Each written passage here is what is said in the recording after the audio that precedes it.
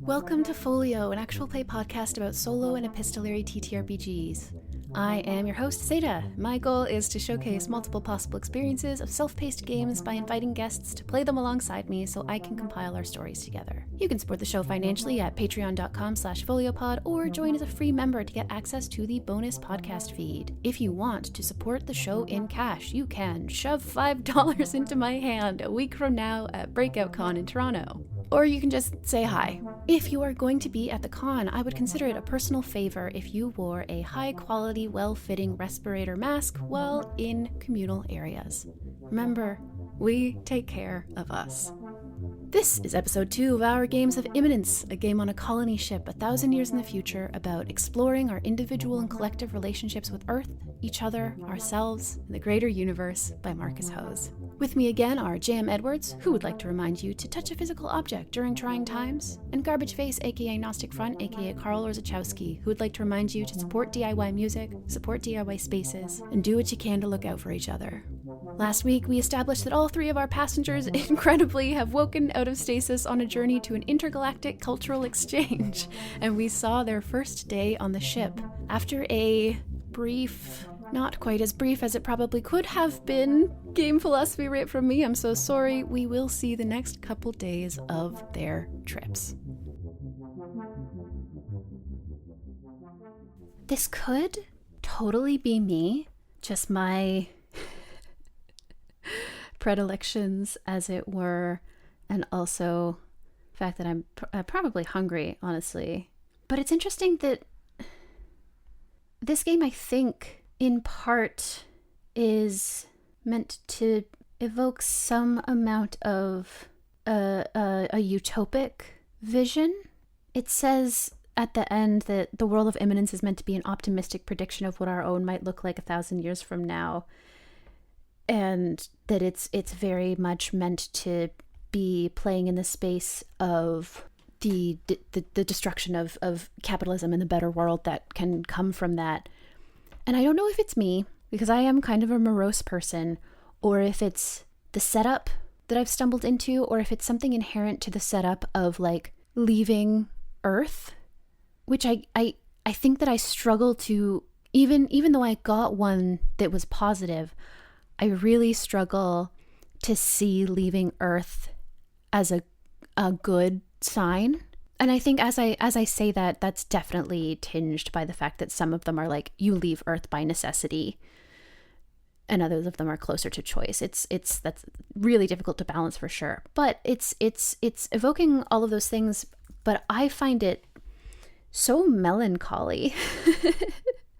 And there's an interesting tension there that I think what the game is doing is really cool. I like the prompts so far, and I think the structure of it is very cool. And I just, there's a little bit of tension there for me between some of the stated goals and what I am experiencing emotionally as I play it, in a way that I don't think has to strictly be a problem. I'm just very curious what crack it is that I'm falling into, sort of, like where it is in that vision of the world that I am just not quite landing on as I play through the game itself.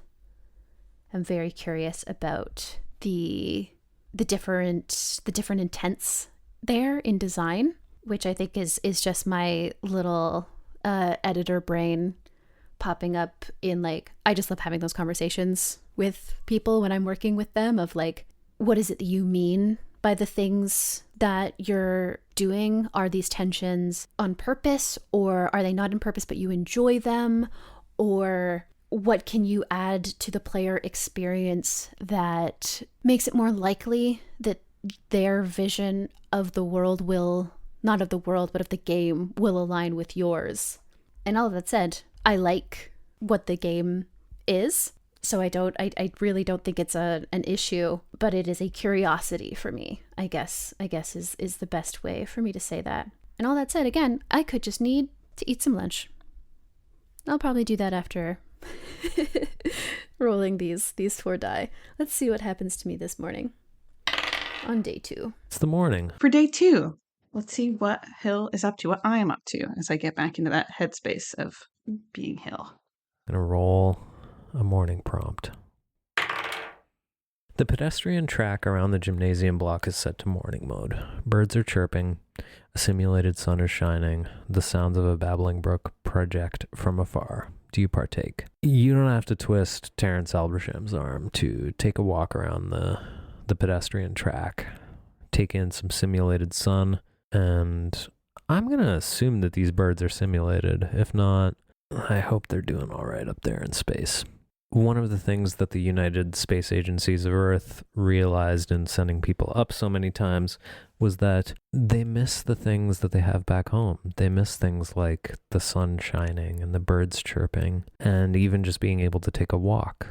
One of the things that they decided to do was to begin to provide these things in a simulated way. And the concern and the reason that they didn't do this in the beginning, apart from just, straight up, efficiency's sake, was that they were under the impression that if they did something like this, it would result in a sort of piercing the veil and actually be much more difficult for people to handle.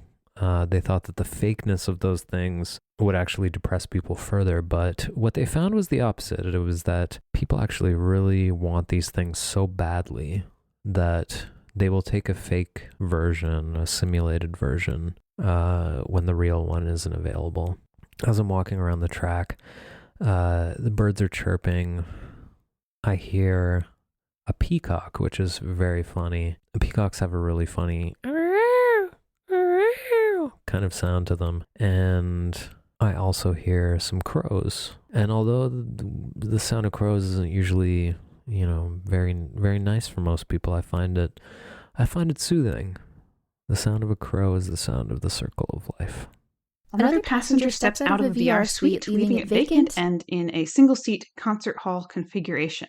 A single-seat concert hall configuration. Do you use it, or what do you listen to if you do? My first thought there is that this is fascinating to me because I have never been to an event like that. I think I've been to, bars when bands were playing, but I've never been to a big concert hall. And I think I'll go all in and have it be like there's a orchestra. There's a full orchestra, and that is certainly something that I've never experienced. I probably barely even heard orchestral music. So kind of hesitantly, I step in just to see what that's like. And it's beautiful. I think that I stay in there until the time runs out. I imagine that these are like programs that run for a certain specific amount of time. And I kind of stumble out in that like wonderful haze of just having seen a live performance that is so much bigger than me, that is this big group of people doing something together. Yeah. Hill is curious and peeks in. I think they have not interacted with the VR stuff much since getting on the ship. It was part of orientation and whatever, but obviously they just woke up yesterday, and I think Hill is more curious about what this says about the last person who was using it, and curious about what they were listening to. And maybe we'll even they saw this person stepping out of the VR suite, might follow that person instead and chat with them about what they were listening to. Do I want to play that out at all? I don't think so. I think they probably catch up with the person who is just using it, and Hill is unfamiliar with the musical acts that they were listening to, and so doesn't gather that much information. But just starting off this morning in a curious mood. It's the afternoon of day 2. Afternoon. I got a 1. The library is hosting a reading. The library is hosting a reading of your favorite short written piece. Of my favorite short written piece featuring a realistic hologram of the author. Do you attend? Who is the author and what do they read? I'm fascinated by how much of this is recreating Earth when it seems like we have a pretty functioning Earth that we chose to leave. I guess if we're doing a cultural exchange, it makes some amount of sense that we are bringing this kind of thing to this alien gathering, like being like, here's some of the stuff we make. What kind of stuff do you make? I think I go for the reading, but at some point it turns into a Q&A session with this hologram, and that makes me deeply uncomfortable, and I leave. Who is the author? What do they read? One of my favorite stories that I've ever read is written by someone named Lady Macy Moon, and she wrote just a very affecting story about a day in the life of a rock. So if this is somebody who avoided, or not strictly avoided, but who didn't happen to be very in touch with cultural events to the extent that they'd never been in a concert hall, I'm very curious what would appeal to them. There's nothing really to stop it from being poetry or fiction. You can be really into that kind of thing and not into live music, but it does feel a little less likely, which makes me wonder if it is an essay or some sort of academic work. I am a rock. I am a rock. Yeah, I like the idea that it's an author reading one of their papers. And what's the topic? This maybe could be part of what my deal is. Some of the easiest, like the first thoughts are biology and plants, anything to do with the sustaining of a human body, but also a like climate or growth. Those are really possible and could be interesting. I'm drawn towards agriculture, and this is an author whose work I respect quite a bit. I think we were probably pen pals while I was in school. They weren't like directly one of my teachers, but I read quite a lot of their work and was influenced by them. And it's plant communication, I think, is what I want it to be. It's this particular piece, and I think a lot of the things that this particular academic was very focused on are the ways that plants, quote unquote, talk to each other, and even the ways that they communicate to animals, the ways that sort of collaboration can happen of like, eat this, and then you're going to spread the seeds when it passes through you. Interpreting that as a form of communication and collaboration and looking at it very much through that lens is something that I find very fascinating and that this person writes about a lot. I am a rock. It's strange, this business of being a rock. You'd think that by being something so unmoving, life would be dull, but it's not. There's a subtlety to existence that only the stillness of rocks can appreciate. But I do leave when the Q&A starts, because it makes me uncomfortable that they essentially, this is a person that I've had conversations with, and so I can feel in it like, oh, this isn't quite right. This isn't like really how they talk, and you are all of this. There are limits to what the algorithm inside even a realistic hologram can do, and so you're basing this off of this person's existing knowledge, but what you can't do is program the way that they would seek new knowledge through conversation. And so the back and forth just kind of bums me out. I grab one of the books, I think, take out one of the books to read a little and spend some time and head out. To be a rock is to witness the passing of time, and perhaps that is enough. Let's roll for the afternoon. 18. The entire history of One Earth subculture is on exhibit in the museum block. What subculture is it? Do you attend? How did that subculture change between the years 2020 and 3020? Boy, wow. I'm going to scroll down to the appendix because I know museum block was in that appendix of other locations. So the museum block, a wing dedicated to the entirety of Earth's history, from broad sciences to niche cultures. All inanimate artifacts are VR replicas and can be interacted with, and all animals are artificially intelligent holograms. Specialty exhibits cycle quarterly. I feel like I'm in the position of either picking a subculture that I'm like a part of or have interacted with, which feels very like boring to me, or feels very like self-centered to be like, yes, they're displaying my thing that I like. Um, or speculating about how a subculture that I haven't interacted with has changed over 1,000 years, which I don't feel qualified to do. I mean, I don't, feel qualified to speculate on how a subculture that I'm in has changed in that amount of time. But I suppose that's not the point. Is this a subculture that still exists? Is the question coming to me. Oh, I think it's soccer. I think that's one that I was trying to think like if we're going to meet aliens, it feels like something super niche would not be what's on display right now. It feels like something that feels much more broadly understandable, even if people are not, part of it. And something that represents something broadly true about humanity and Earth would be what would be on the sort of display cycle right now. What would be being highlighted as we're entering like the last week of this journey. So I picked soccer or football, depending on where you are in the world.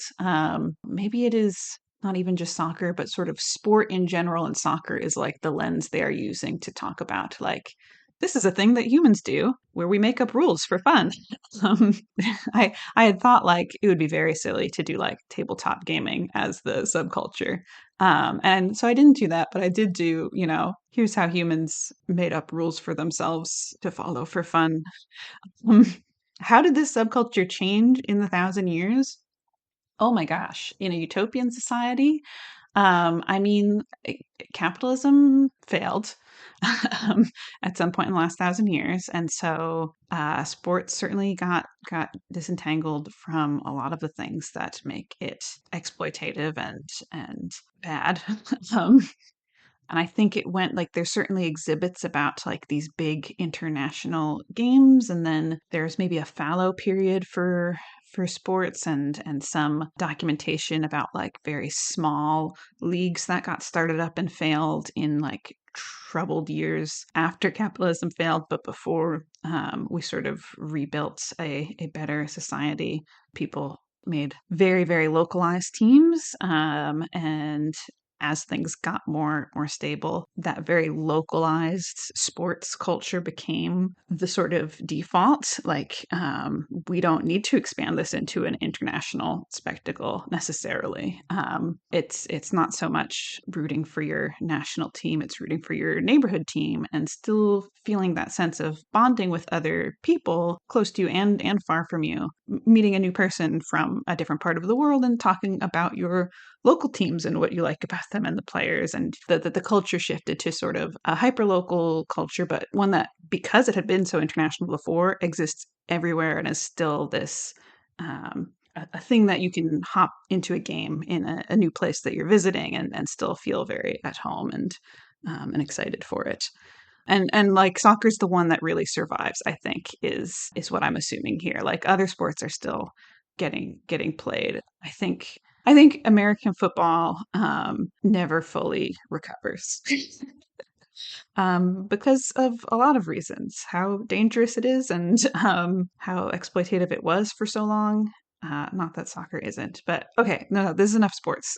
This is not a sports podcast. That is what's on the museum block exhibit. And I think Hill is curious about it and spends a little bit of time looking, but I'm going to go ahead and roll for evening now.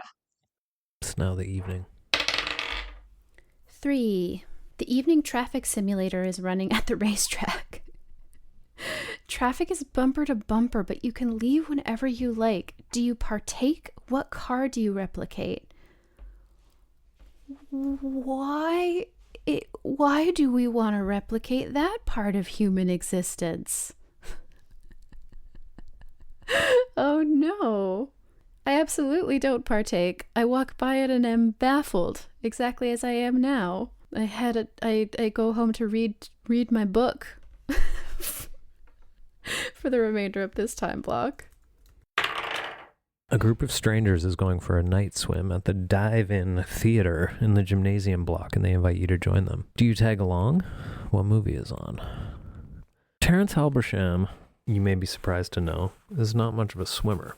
Yes, Terrence likes to take a dip in, earth water from time to time. Who doesn't? But Terrence's commitment to the art of quartz painting and their commitment to their craft never left much time for the kind of dalliances that a night swim might entail. That being said, the idea of the dive-in theater has always moved Terrence. And tonight the movie's called... I just used a movie title generator. Tonight the movie's called The Last Lap, Waves of Destiny. I joined them in the dive-in theater. I actually don't have to swim very much. Swimming is rather embarrassing for me, what with my extremely lanky limbs, being such a tall person. But because I'm so tall, I actually don't really have to swim around. I can just sort of lounge in the pool comfortably. And what's it called? Lap of Destiny? No, The Last Lap, Waves of Destiny.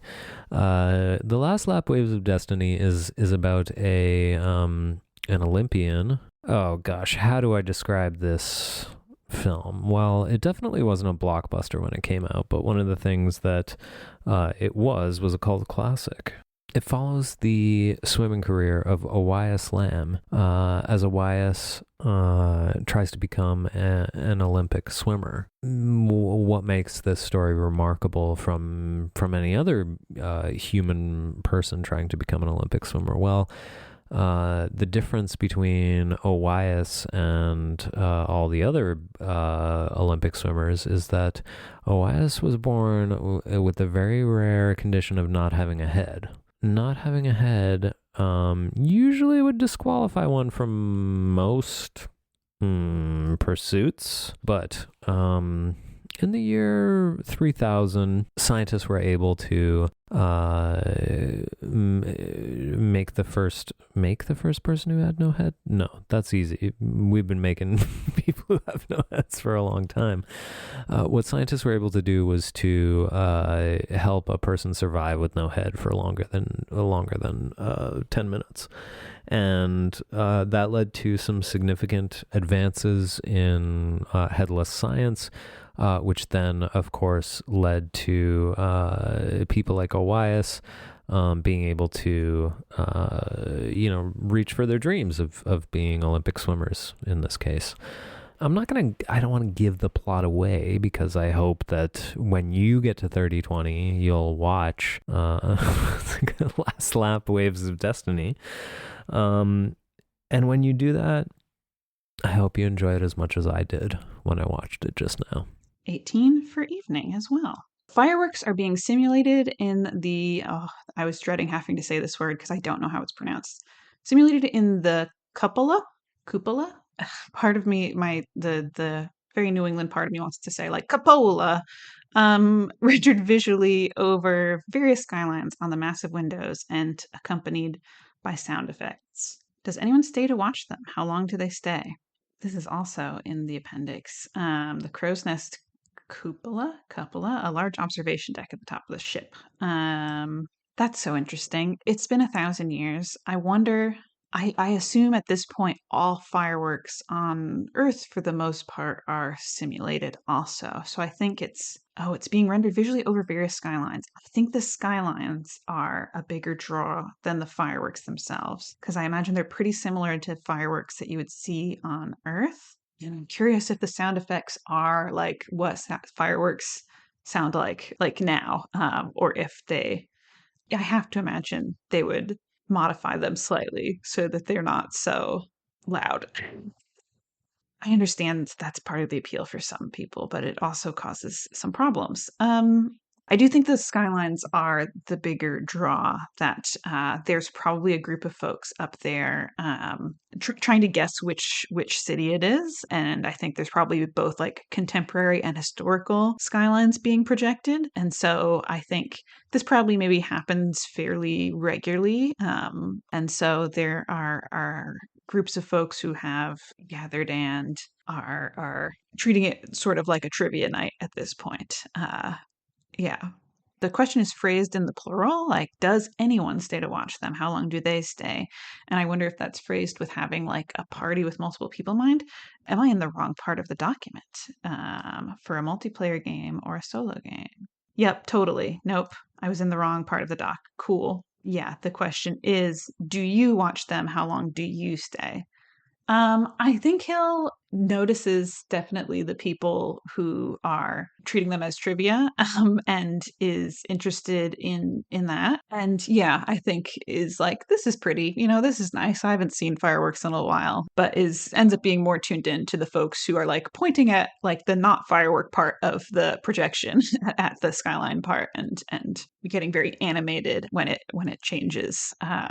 Do they go over and talk to them? I don't think so. I think, yeah, the interaction with the person who came out of VR this morning didn't really go anywhere, and so I don't think I'm feeling particularly confident about jumping into another social situation. But I do think I would just like people watch for long enough to figure out that that's what they're doing, that they're like identifying what city it is, and appreciating that. That's fun. It's now the dead of night. I'm going to change dies here. Dead of night. Rolled a 5. And again, that's that same prompt. That's the Major Metropolitan Center in the Pan Civic Simulator. I like the idea that I go here partially to read. Reading in my bunk is just kind of like not working because it's weird and unfamiliar, and I keep getting distracted by like new noises and people and all that kind of thing. And I go out to look for a place and see that the city that I lived in is back in the Pan Civic Simulator. And it occurs to me that I could take this opportunity to visit a couple places in the city that I never had the opportunity to go, which I think even as I think it, I'm like, I didn't have the opportunity. I lived there for this long. I just didn't go. I could have gone any time. But sometimes when you live somewhere, you just don't go places. That is just kind of sometimes how it works. I don't go somewhere wildly divergent, but I just go somewhere that I never particularly had a reason to go before. And I sit outside and I read my book of essays until I think that I'm ready to go to bed. I once again got all of the isolation suites are empty. Feel free to use one. And once again, I'm going to skip it. That's a 10 for Dead of Night. Oh, interesting. The fusion reactor shut down temporarily for routine maintenance. The ship's black hole drive supplies emergency power. This is the same prompt that we got on night 1. And yeah, I mean, I guess it makes sense to me that they would shut it down for 2 nights in a row. They didn't finish the maintenance last night and they're working on it again tonight.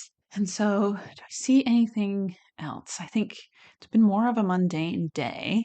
Yeah, again, I mean, I think it shows up right when the thing I was doing in the evening is wrapping up.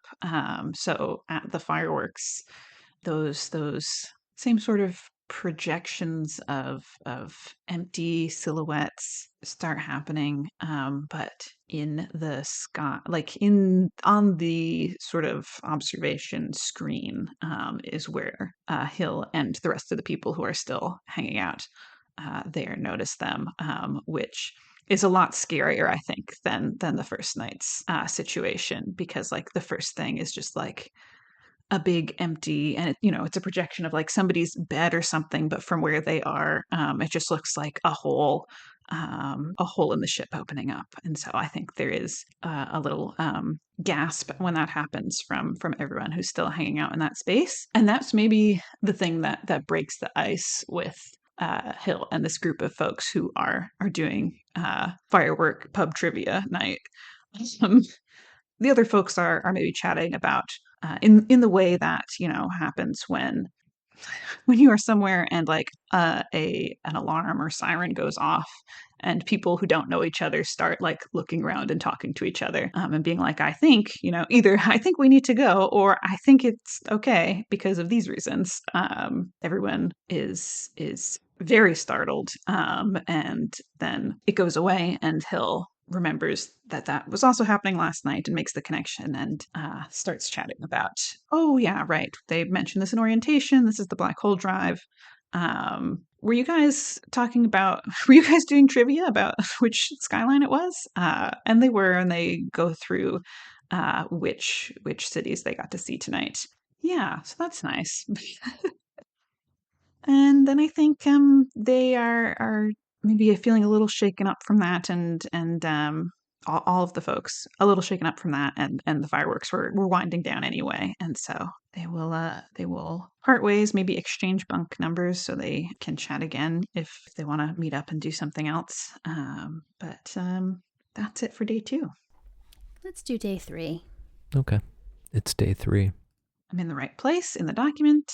I'm at the tables for 1-player game. I'm going to roll for the morning of day 3. In the morning, I rolled a 13. The pedestrian track around the gymnasium block is once again set to morning mode. Birds are chirping. Birds are chirping. A simulated sun is shining. The sounds of a babbling brook project from afar. Do you partake?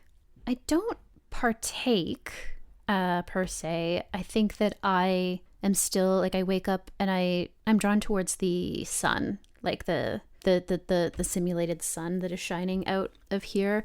And I'm not gonna like do any particular physical exercise, but I sit and kind of like half observe the people around me, half just keep reading my book of essays. Probably not for the first time. I suspect this is one I've read a lot, but maybe haven't read since I was in school.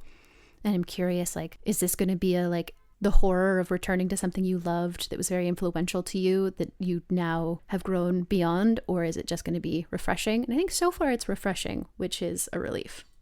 For the second morning in a row, Terrence takes a lovely stroll.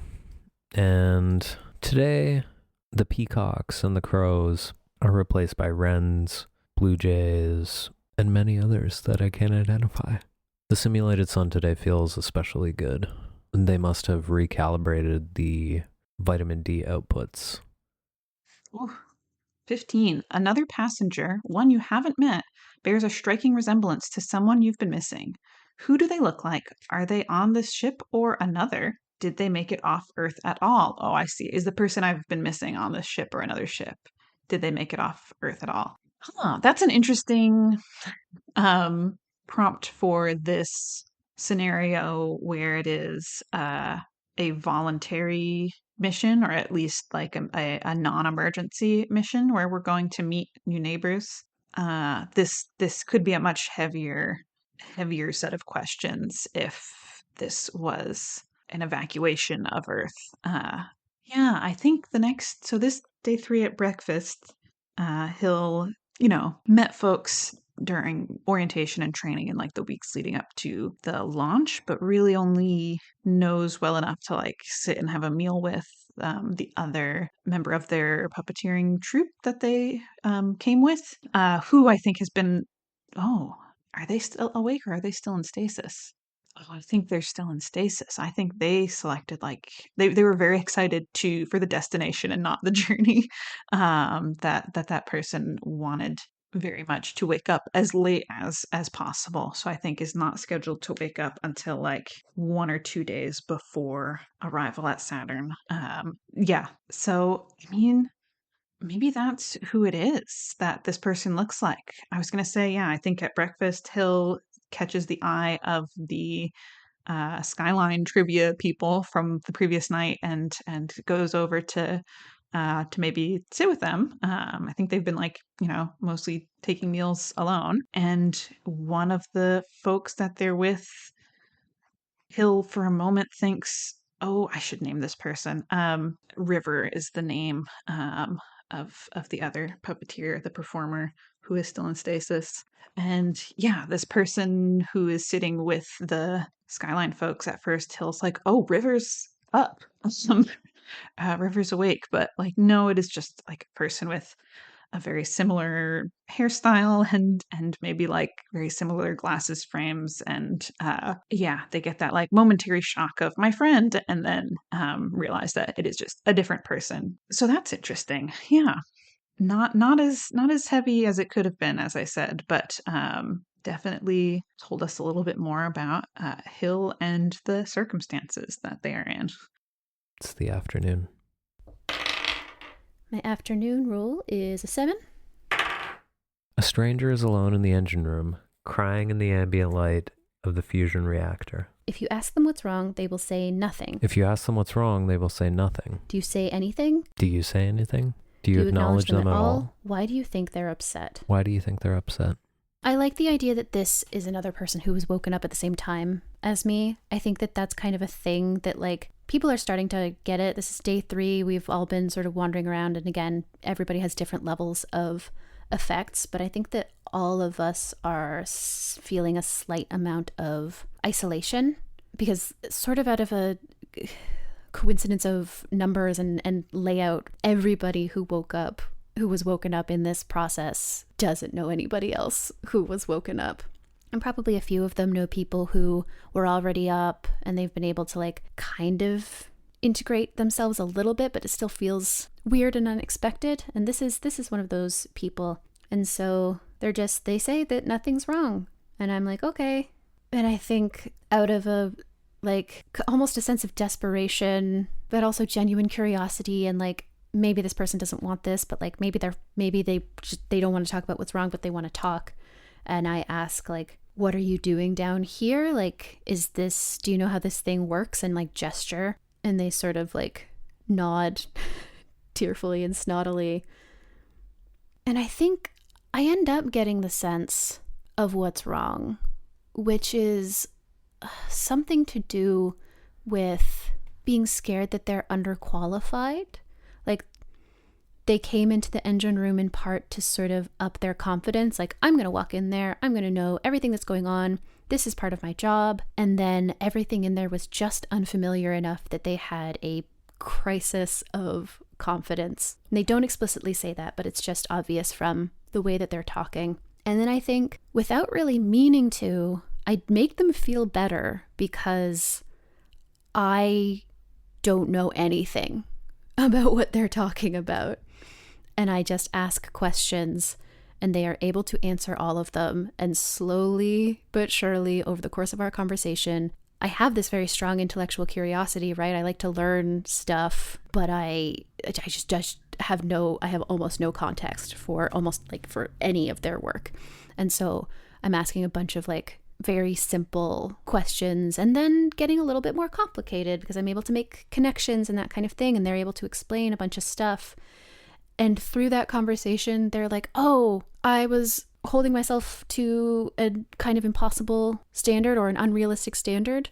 Like, I might not be the foremost expert in my field, but I am actually very good at this, which can be hard to remember when you are largely surrounded by other experts. But then when you contrast yourself against a layperson, you're like, oh, I have forgotten more than you'll ever know. Right. And I don't think they're shitty about it in the way that phrase sounds. They're genuinely excited, and they're excited to try and explain a bunch of this stuff to me. And I think one small detail, I love the idea that like they are a terrible science communicator. They are genuinely very good at this, but the conversation, like, I am struggling to grasp these concepts because they are pretty terrible at actually breaking this stuff down for a layperson. And luckily I'm patient and I'm kind of used to that from my own academic career, having to push past that. But it's definitely, there's a certain amount of me accepting, okay, I'm probably not going to walk out of this with a full understanding of what's going on, because that's not what this person is good at. This person is good at doing this thing, but not explaining this thing. I noticed this person crying in the light of the fusion reactor, and I asked them what's wrong, and they say nothing.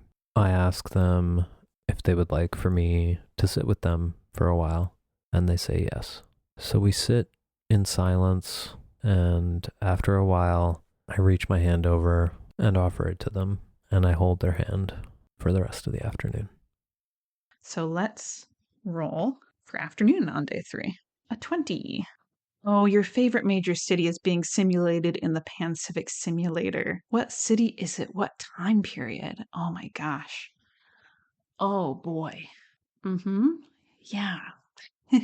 I need to speculate about what cities still exist and what they're like. I do think that Hill is like invited to this by the Skyline people who, like, of course, I think some of them are architects and some of them are There might be a few like tech people. There might be a few engineers who are like crew members of the ship, who during their downtime hang out with these folks. This is a not quite an official like architecture appreciation club, but folks who have bonded over liking buildings.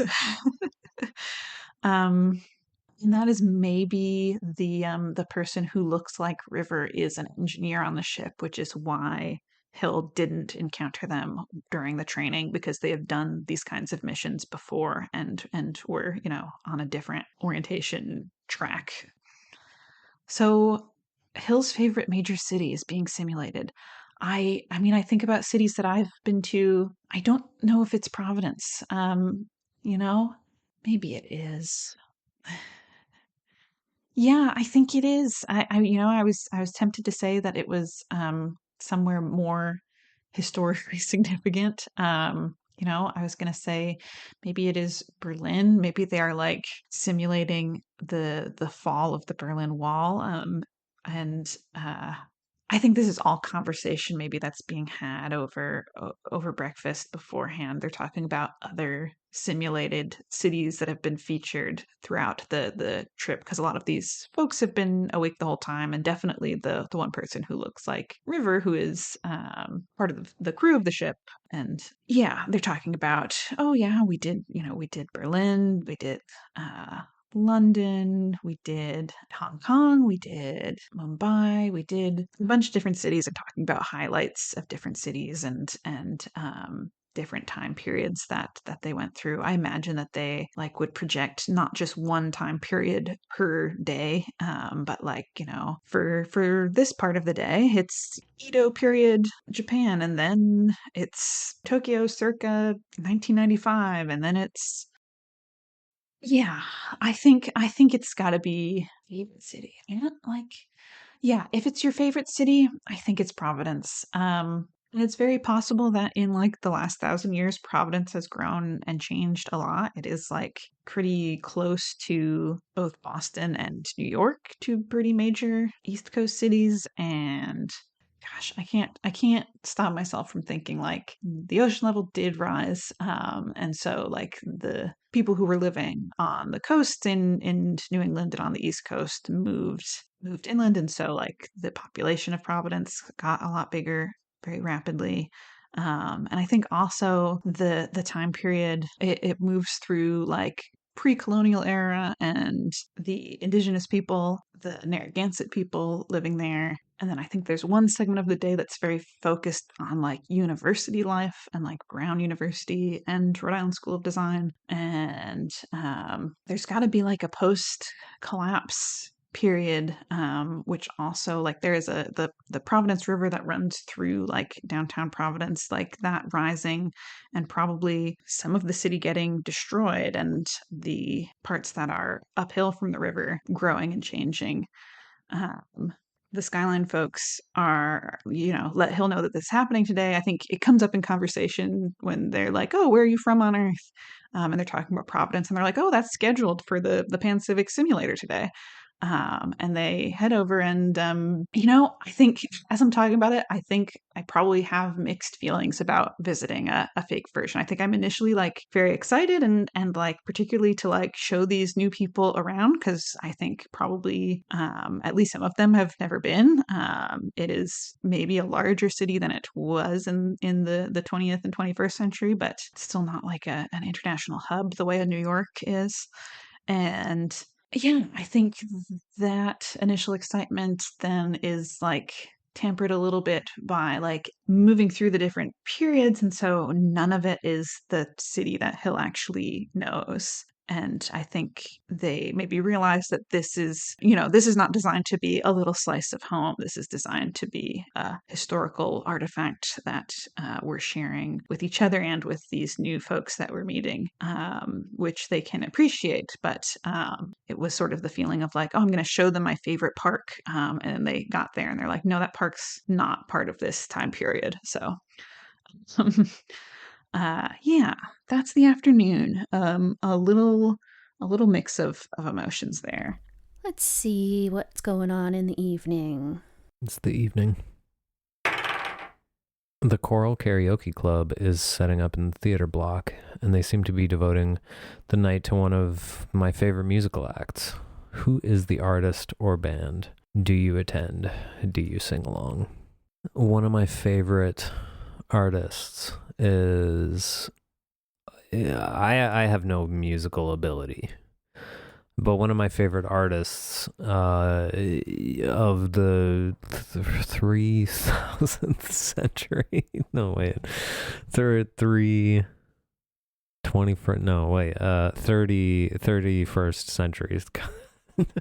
Tune in for another episode of Karol Garbageface tries to figure out what century it is. The 31st century. One of my favorite artists is a pretty cool rapper named Rationale, and rationale, you know, like what was their rationale for doing this? But Rationale is spelled like ration and then dash al, like AL, which, you know, whatever, I think is pretty good. Rationale. The thing about Rationale is that they're one of the fastest rappers that's ever existed, and I'm not able to rap along with their raps at all, but two, one of the things that they have a lot of fans, and one of the things that they're known for is how much their fans love singing along to what they do.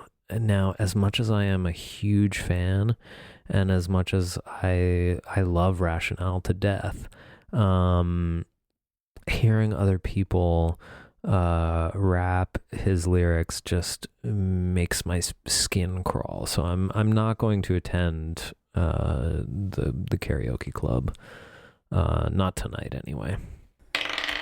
11 is... Oh, there's a number of former professional kitchen staff among the passengers, and they're taking orders for dinner. Order anything, including nothing.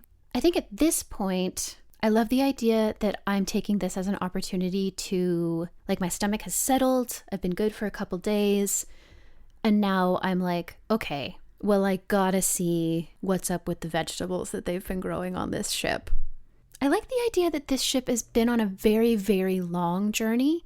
Like, this is a generation ship that picked us up, basically. That's one of the reasons we were in stasis, is that all of us were put into stasis and tossed out into space to be almost like a dead drop for this ship that would be happening to pass by. I think it probably takes a wide orbit of some kind, never really goes close to Earth, but it orbits doing something or other, and its orbit is wide enough that it goes by Mars, which is where we're going.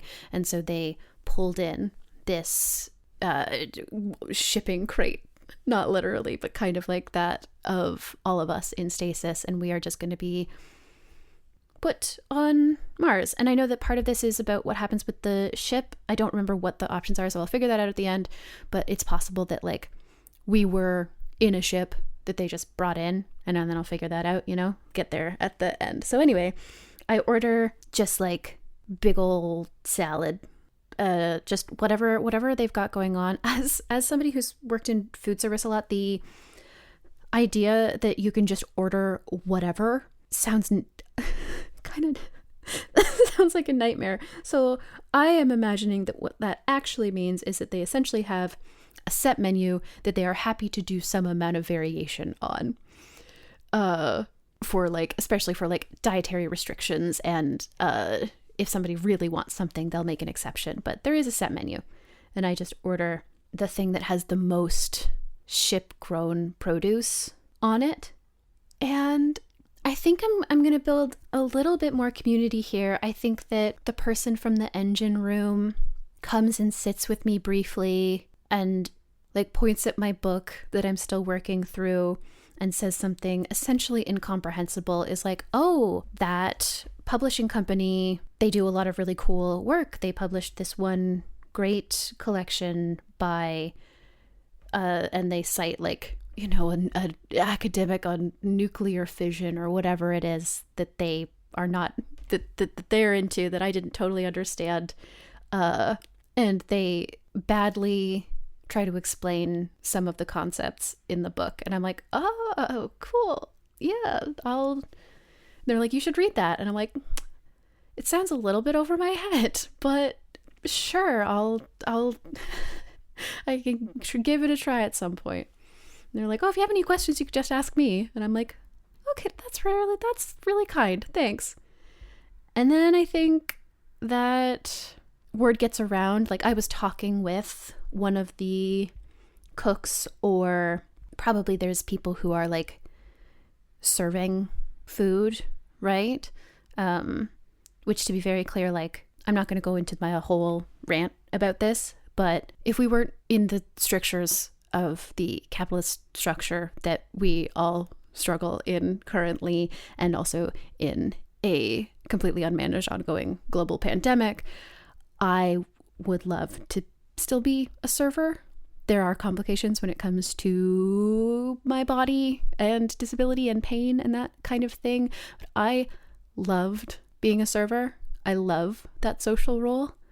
And so I happen to find it completely reasonable that there would be people on this fully automated luxury space communism vessel, as it were, as I believe it is explicitly described at one point in the book, who would choose to serve dinner to people. Because, yeah, so would I. And I know that like, it's easier to understand there being cooks, right? Somebody has to make the food. But I think that it's really easy and understandable in a lot of ways to assume that there wouldn't be servers. And maybe they get a better title. But I think there are freaks like me out there who really enjoy being able to do that. And so I like the idea that some of them exist on this vessel. And I was talking with one of them, like, about my request for the most ship-grown produce, right? Like, nothing that was brought on frozen or that they've picked up elsewhere or whatever, but just stuff that was grown specifically on the ship, seed to plant, all of it. And we worked together to find something. And the server told somebody that I was doing this, like, went over to, there's farmers, basically, farmers who come over to talk with me, because the server went over and was like, hey, that person over there with the book, with the plants on the cover, has been asking after your plants. And they come and they join me and we start talking. I think that they do it in a way that is like jokingly threatening at first. Like, I hear you've been asking questions about my produce. And I'm a little alarmed. And they like laugh and soften and they're like, yeah, we grow it. How is it? Do you like it? I'm like, it's amazing. It does taste different. Why does it taste different? And we start talking about the differences in flavor that come from the different cultivation methods, but that also come from genetic splicing that they've done to better conserve resources on the ship. Like, a lot of plants grow in conditions with gravity, right? With Earth-like gravity. And a certain sect of plant weirdos became very much like, ooh, maybe we could save energy on artificial gravity in some sections of farmland if we could create plants, if we could figure out a way to help them grow in less gravity and do a little bit of tinkering and see what happens. And so there are some minor changes in flavor that come from that, because like, these are plants that were designed to be more efficiently farmed in these conditions.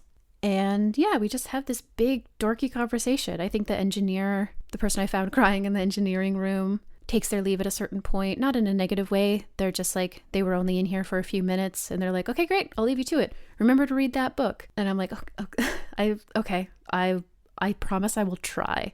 And yeah, just spend my evening talking with these farmers about the food. At one point, they sort of raucously like pull one of the cooks out of the kitchen to talk about how they deal with the textural variety of certain like radishes and that kind of thing. And the cook has to be like, oh yeah, no, I had to learn I mean, obviously I'm not going to bore you with, and we're all like, come on, bore us. And just, yeah, we're just talk about plants. It's just a group of us talking about plants from different angles. And that's nice and fun. That was a fun prompt. The note I took to remind myself of that was spontaneous plant nerd convention, which feels like a note where I'm like, yeah, I'll know what that means. And I will not know what that means. Luckily, I recorded it. Okay, let's roll for the evening. Oh, we're back. So I think after that, I think Hill is. I'm feeling a little off. I keep switching between third and first person, but just know that I'm always talking about Hill, the character. Just trying to use I. Yeah, I'm feeling a little off after that experience this afternoon. And I think especially after having that moment of thinking that River was here too, and having this sort of unexpected discordance with seeing Providence through the weird lens of an outsider. I think Hill is glad to be talking to a few people now, but it just ended up really reminding them that the only person they know really well here is not awake yet, and they're so far, physically and emotionally from home. And so, of course, I rolled a 5, and for the evening, we're back in the garden with the bioluminescent plants and fungi. Yeah, he'll, I think, having such a positive experience here on the first night when they were feeling out of sorts, gravitates back towards here and is trying not to get their hopes up about it, like being as amazing as the first time that they went, but just needs a little bit of quiet time. And I think this time they are thinking more about River and wanting, noting all of the plants and fungi that they saw the first time they were here, and made them want to like make weird new puppets. And this time looking at it with the thought in mind of like, I wish I could show River this, but I don't know if we're going to have time after they wake up. Yeah, maybe we'll take out a little notebook and start sketching some of the ones they want to remember, and that they want to share with their colleague. Yeah, definitely having some restorative alone time, but it's still feeling a little more bummed out. It's the dead of night. The insomniacs among the volunteer kitchen staff are up performing uncanny acts of culinary artistry. And I can order anything I'd like, including nothing. There is something very magical about cooking late at night. But one of the ways that I've gotten used to galactic travel is by really maintaining a really regimented eating schedule. I find that I can eat almost anything that I like, but if I eat before certain times or after certain times, look, let me just put it this way. Having bowel movements in space, we all do it. We all do it. We all know what it's like. We all know the challenges. And the easier you can make it on yourself, the better. So I don't order anything, but I do go and hang out in the kitchen. And I have a really lovely time just watching the insomniacs in the kitchen staff just chopping it up. But I do turn in at a relatively reasonable hour. Let's roll for the night. That is a 17. It's sleepaway night at the museum block. Visitors may sleep among the many exhibits in replicated tents and sleeping bags. The exhibits don't come to life, but the other parts of the museum, like stanchions and kiosks, do. They move around harmlessly. I'm just thinking about a kiosk moving around harmlessly. I don't think I'm there. I don't think Hill is part of this. I think maybe they spend some quiet time in the garden and then are walking back to their sleeping quarters and maybe see, like, I'm imagining there's just bulletin boards all over this ship with activities that are coming up, because there seem to be a lot of activities, or maybe there's just like a fairly complex schedule that everybody has a copy of, and either way, Hill is looking at this option tonight, the sleepaway night, and going, no, not for me tonight. I do not want to go hang out with people and moving kiosks. I want to go to bed. And they do. In the dead of night, the Cryptozoologists Club is hosting encounters with everything from cryptids to yokai in the Arboretum. Will you attend? What mythological creature do you meet? Huh. I think usually this is not an event that I would be interested in. But one of my new friendly acquaintances that I met at dinner, like a group of them came over, and the group kind of like grew a little bit as like more people came in and they saw their friends and they joined and learned kind of more about what they are. Like one of them was not a farmer, but is focused on, I don't know if they're focused on animal agriculture or just they know a lot about animals. And they say that everybody should come because they have been in talks with the Cryptozoologists Club to make their cryptids more biologically feasible. Like essentially being like, oh yeah, of course, a unicorn could just magically have a horn, yes. But what if we could work backwards to find out an evolutionary reason why they would have them? That kind of thing. And I don't stay for long. Kind of because I'm just tired. Long day, meeting a lot of people. I need to get to bed, but I do come and like laugh a lot at this person's alternate outrage and joy as the cryptozoologists introduce these mythological creatures. And I think that there's probably like a very friendly, familiar antagonism between them. Like the cryptozoologist showing, Nessie, and this animal expert shouting like, oh, she doesn't have gills? Interesting. How does she breathe underwater? And the cryptozoologists like exaggeratedly roll their eyes or smile. And one of them is like magic. And then another one parrots an explanation. Like, it's like, well, actually, it's very similar to whales and how they have to raise up to bring in oxygen and then go below. And this, I think that the person that I came with is like delighted to be countered in a sort of scientific debate, and is like, great point. That's why we have so many. That makes a lot of sense. That's why we have so many sightings of her. I didn't mean anything by it. I was just asking questions. And that's a terrible phrase, obviously, but they mean it in that, great, like, self-effacing, like, that I was fighting you, but you're fighting back. And that's great. That's what I was looking for. And I leave them to their reindeer games and head off to bed. Okay. Scrubbing around in the timeline, messing things up. All right. This has been Folio, an actual play podcast about solo and epistolary TTRPGs. To find where you can find the show, check out foliopod.card.co. Sign up as a paid member at patreon.com/foliopod to vote on games and participate in live streams, or join for free to get access to the bonus feed with edited, audio-only versions of the streams a couple weeks after they happened and occasional other stuff. You can find the games, sci-fi stories, and podcasts of Jam Edwards at rjmakes.com. That's RJ like raspberry, jam, makes.com. You can find the music and musings of Garbageface, aka Gnostic Front, aka Karol Orzechowski, at everyoneisdoomed.org. The music in this series was improvised live by him while he played the game. You can find the games and music of Satah, c'est moi, at gaygothvibes.online, and follow me on bluesky at posetachips.gaygothvibes.online. Next week, Jam and Garbageface and I will continue our games of Immanence by Marcus Hose. Everything I mentioned here is linked in the show notes. Thanks so much for listening, and take care out there.